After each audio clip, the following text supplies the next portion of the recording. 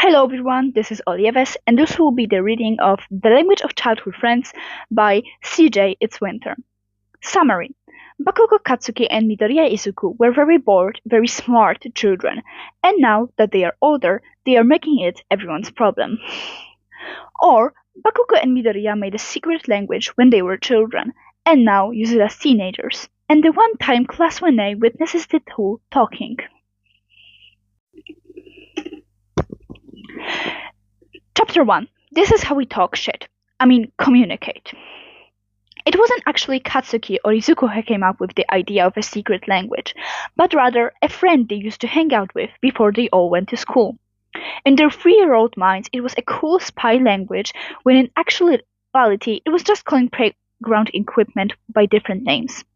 It did progress slightly, but with their friend going to a different primary school than them and Izuku's quirkless diagnosis, a secret language fell into waysides pretty quickly.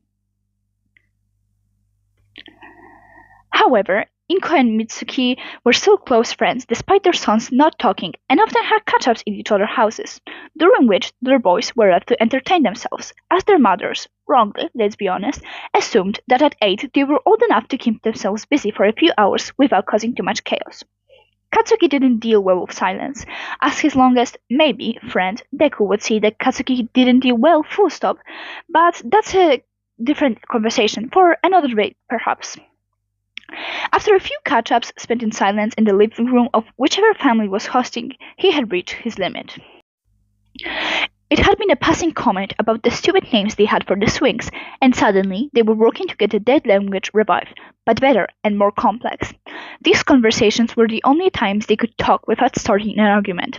They were just Zuki and Kachan again, getting ready to take the world by storm. By 10, they had a fully fledged sign language, based very slightly on GSL signs, and what little they knew of the hero and military sign languages. When they were done, they went back to settled silence in living rooms. And this time, it's Izuku who breaks the tension. They might not be able to see each other's hands. They should make a Morse code version. And so, suddenly, they're both learning normal Morse code. Neither will admit it, but they both learn it during their downtime so they can show off to the other when their parents meet up. Taking turns to teach each other the letters they learned since last time. Then they're adapting it to their own language. If they use it to talk shit about their teachers, then that's no one's business but their own. And if Izuku smiles a bit more now that Kachan will be civil with him outside of living rooms and the dojo, then no one but Katsuki knows why.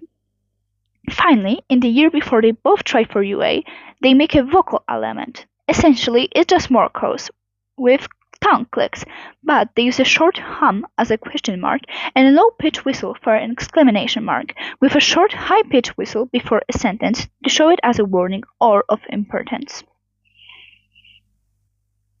But then suddenly they are at UA, and Izuku has a quirk, and when he taps out Eraserhead's hero stats, he gets nothing back. At the end of their first day, he tries to tell Kachan the truth, but the other boy walks away. He lasts a week. Izuku spends an entire lesson tapping out in painstaking detail how he met All Might. If Kachan tensens up at the part where Izuku was on the roof by himself, then he won't mention it. He'd already seen how much the blonde had hovered for weeks and weeks, kept up constant streams of taps to try and keep Izuku out of his head after he made that stupid remark. Had seen the dark circles the boy wore when sleep evaded him, and knew that Kachan had punished himself for it than Izuku ever could. How he came to know about the man's condition, how he got his quirk and his training that he spent all his summer on. He misses the whole lesson, but resolves to get the missed lecture from Todoroki or Rita, who always have meticulous notes. As the bell goes, he hears a tap back. Don't lie. And hidden to all but one in the chaos of everyone leaving, Izuku whistles a high-pitched note before clicking his tongue. I'm not. He leaves. He's done his part in trying to keep their friendship, comradeship, whatever it was they had. The next day, when Izuku taps out a remark about how if they could bottle President Mike's energy, they could run Japan forever. Out of habit, he's taken by surprise a bit that he actually gets a response, commenting on the teacher's, quite frankly, ridiculous hairstyle. He risks a glance at the explosive ash blonde to see him resolutely as his notes. But thinks there is a smirk playing at his lips, and his pen is twirling around in his fingers rather than scribbling in his notebook. It becomes a think. When they are covering content the two of them have already studied, they spend the lesson tapping out comments about their peers and teachers. Normally, Bakugou talking shit about the rest of the Baku squad. How he makes Morse code sound so fond, Midoriya will never know. And Izuku talks about his friends and the stats of their pro-hero teachers. Shady Hair dyed his hair in Tape's face room, and now it fucking stinks. Eraserhead had a battle recently, so that's why he's not using his quirk on us. Pikachu thinks they're being subtle, but they keep staring out the window. I think they forgot to take their meds again. You can set your phone to send text messages at a certain time. You could do it to text them in the morning. I don't need your help. Half and Half was staring at your All Might figure when you showed the class last week. Great, thank you, Kachan. His birthday is soon, and I had no idea what to get him. Whatever. Did you see Merker's latest fight? Yeah, she has a new move when she kicked off the roof. Nah, that's because she twisted her knee in the fight before last, remember? Oh, yeah, well, Hawks definitely has a new technique. Yeah, his turns are much sharper now. Did you see his team up with Present Mike? Yeah, I wouldn't have paired them together, but I got lots of notes like, okay, let's not type of your whole notebook. Do you think Present Mike styles his hair like that? I fucking hope not. Do you think his support has to give him hair toe if he falls under his hero costume? Wait, would they? Midoriya, Bakugou, I know study periods are the most entertaining, but could you stop tapping? You are distracting your classmates. Izuku flashes as the stammered apologies at 13, while Katsuki simply rolls his eyes and continued with the maths worksheet he had been filing in between tap-talking with Deku.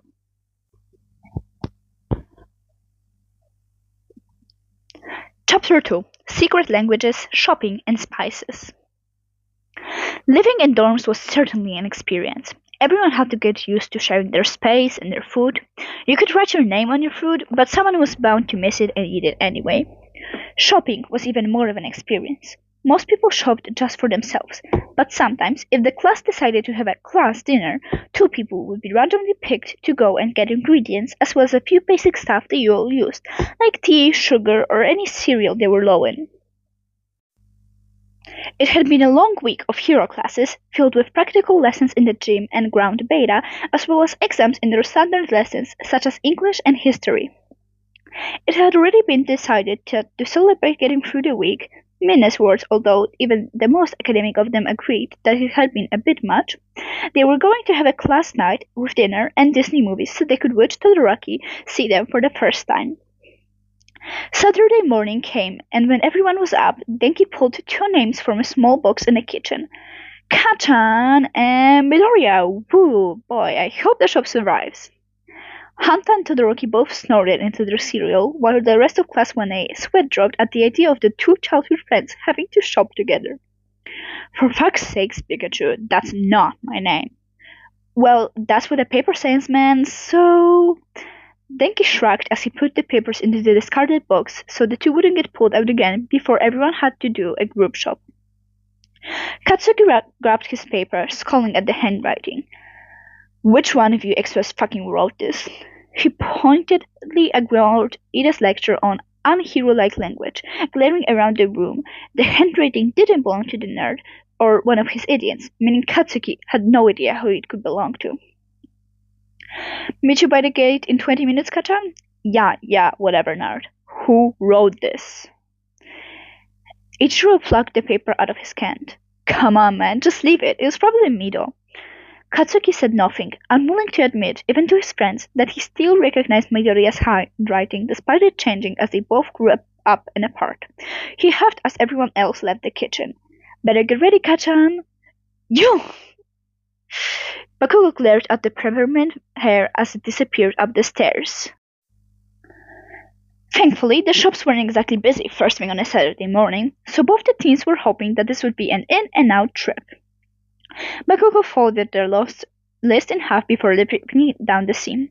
Let's split up. We've got maybe half an hour before this place gets busy, and I'm not waiting in some shit queue because our classmates wanted a family dinner. Midoriya huffed as he stared at his half of the shopping list. Is there anything your squad wants that Nira else? Katsuki hummed slightly as he thought, looking at his own half and mapping out what to get first. Den needs flowers for pumpkin mix, and Hanta said he needed more soy sauce. Also grab the spices for Auntie Inko's curry. I was gonna make that soon. Wisely, choosing not to mention the lack of nicknames, Izuku nodded and added him to the list. And you? At the green teen's noise of confusion, the blonde scoffed. Doing anything from my part of the shopping.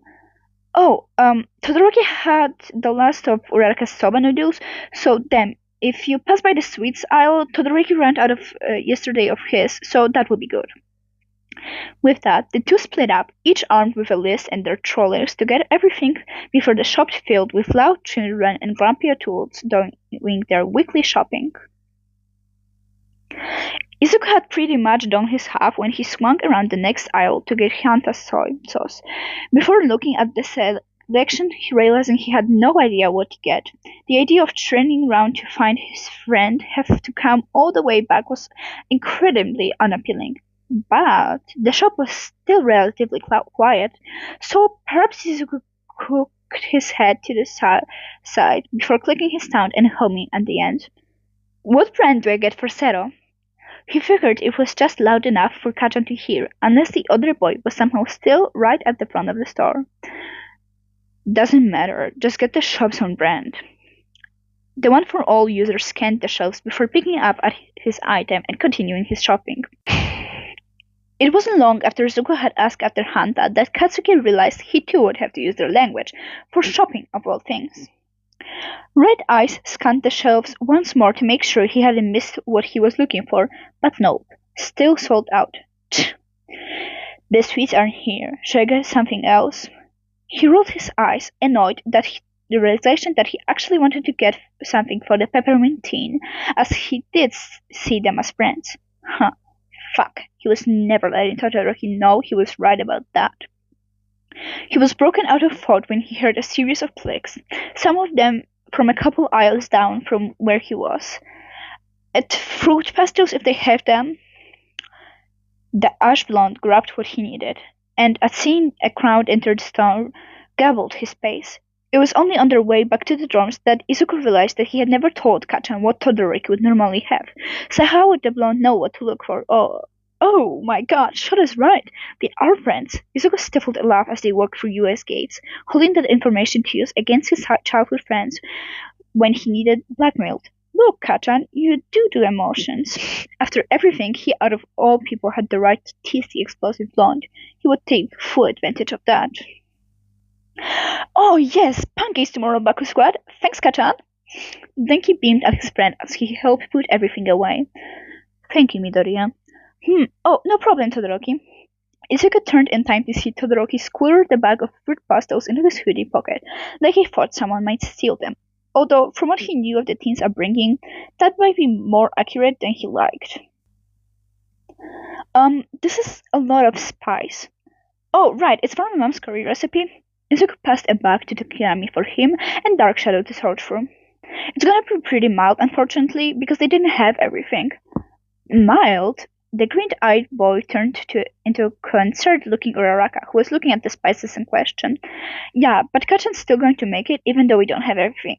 Izuku beamed at the brunette, completely missing the point that she was trying to make. With what was in front of her, nothing could be mild if all of this was used. However, at the mention of Katsuki, the class as one looked over to the blonde, blinking as they took in the fact that he was willingly going to cook for Midoriya. Hell yeah, I am. Mild or not, Auntie's Idiko's curry is fucking amazing. Auntie! The entire class seemed even more confused at this for some reason. We grew up together, remember? Midoriya and Bakugou intoned as one, speaking over Izuku and tapping gently on the table. Idiots, honestly. Kachan snorted a laugh into the cereal cupboard, nodding his head slightly while sharing a smirk and an eye roll with his oldest friend. Chapter 3. Not his problem. Midoriya would like to preface this with, it's all Kachan's fault. When Bakugou later turns to his parents, he will start with, Zuki started it. Most of Class 1A has no idea what happened, just that something did. President Mike loved teaching his husband's class, when he truly had a great personalities which made all their lessons together unique and interesting, although he did wish that there were a few less problem children. In fact, that was a point to bring up next year. For the new students starting next year, let's spread the problem children around rather then concentrating them into one class. Talking of problem children, looking at the students assembled in front of him, he came to the startling realization that there were two problem children missing. The ultimate problem pair, if you will. The bell went, and the register filled in, and there was still no sight or sound of either Midoriya or Bakugou. It was 20 minutes into the lesson when the two burst into the room. Literally. It seemed like Midoriya had gone to open the door, and as he put his weight on it, Bakugou simply kicked it over, leading to Midoriya meeting the floor very quickly with a pointed curse in Bakugou's direction. One eye braced for an explosion, but it ducked under their tables, set their defenses. Shut up, you dumb nerd. It's your fault we're late. It is not, and you know it. Whatever. Stand up, you idiot. No, I'm fine. Hey, okay, I'm up. Izuku rolled to avoid the food Katsuki had kicked in his direction before getting to his feet. I'm sure this is an extremely interesting story. President Mike was quick to jump in before the two could start a fight, something the rivalry was infamous for. A story you can tell me in detention after school. He activated his quirk slightly to talk of their twin groans at his statement. As much as I like being the cool teacher, you're 20 minutes late. Take your seats, boys. As it turned out, President Mike never got to hear the story, as he passed the attention to his husband when he was needed down at the studio, straight after the school day ended. In all honesty, Asa didn't mind being passed attention duty. He now had half an hour not spent doing paperwork and could probably get away with a short nap as long as the problem children behaved. Spoiler alert, they did not. The teens were sat on opposite sides of the classroom, and as Isa started the usual spiel of no talking, stay on your seats, etc., Midoriya was pulling out one of his notebooks and Bakugou sulked with his feet on the table. Not his problem. It was peaceful, it was quiet. Okay, it wasn't exactly quiet with the two constantly fidgeting, but Shota could sleep for that. Tapping was not his problem. Black hair covered his face as he leaned on his arms, ready halfway asleep when, oh, those little shits. That was Morse code. That was definitely Morse code. Now he knew what he was listening to. Tired eyes were able to pinpoint how Midoriya stopped writing to tap his pen on the table, and Bakugou knocked his shoe against the table in reply. But it wasn't until he really listened in that he realized he had no fucking clue what they were saying. Whatever Morse code they were using, it wasn't standard, hero, or military Japanese Morse code, which meant that they had their own language. He was not paid enough for this. Are you two really talking right now? His tired monotone voice echoed through the classroom as equal parts shocked and confused eyes darted to his slumped form. I've not said a word since you told shut up. What the hell are you on about? Bakugou sat in his chair probably, and tapped something out that had Midoriya frowning. Perhaps not a win. That. I'm not stupid, you two. You are communicating. Oh yeah? Prove it. The blonde smirked before glancing at whatever Midoriya replied with, what are we saying then if we are communicating? I don't know. You have a code, but I'm not stupid, Bakugou. So both of you said, you take that back, you son of a bitch. Bakugou slammed his table with his fist. Midoriya had looked smug, before outrage showed on his face. Don't talk about mom like that. The green-haired boy replied before Shota could even think about stepping to stop whatever this was. Nah. Auntie Inko is a delight. I'm talking about your shitty dad. Well, in that case, keep going. The two shared a smile, which I saw was a seasoned pro and an underground one even, who had certainly seen some shit, but those two smiling at something together, terrifying. Before Bakugou tapped something out, the green-eyed child looked ready to launch himself at his friend. Honestly, Asa had no idea. It was not his problem. Enough. Quirk activated, he glared at his students, back into their seats. You are not about to fight in detention. Understand? He waited for two nods to be sent his way. No talking, no leaving, and no tapping. He settled back down, assuming incorrectly that he would have his peace and quiet now. And he did, before he noticed it was a low, relatively quiet clicking. Both teens had their heads down and mouths shut, so it seemed unlikely that it was coming from one of them. Unlikely until he saw the way that one of them would smirk or frown in the pauses between noses. And those little shits. The two were clicking their tongues at the back of their throats, so the nose was quieter. But they were still talking. His head hit his desk, and he counted to 10. No talking, no leaving, no tapping, and no clicking. He hated that mixed in with exasperation of a hint of awe in his tone. How could it not? The two were just teenagers and had simply created a language, not his problem, as well as two ways of communicating it. Still not his problem. Actually, maybe three ways. He was amused as he watched Bakugo's hands fly through the air as Midoriya watched out of the corner of his eyes. Are you serious? What now? Are you actually signing in a made-up language? Twin sounds of either were ignored. He desperately wanted to be not his problem. Unfortunately, right now it was. Head back on his desk, and hand held up for silence, he counted to 10, questioned his life choices, wondered why the universe hated him, let himself sit in awe for a few seconds, and then continued to 10 again before lifting his head with a sigh.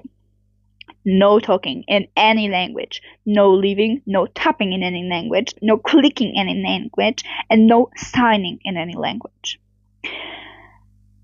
It was the two teens left that dread really hit the black-haired pro.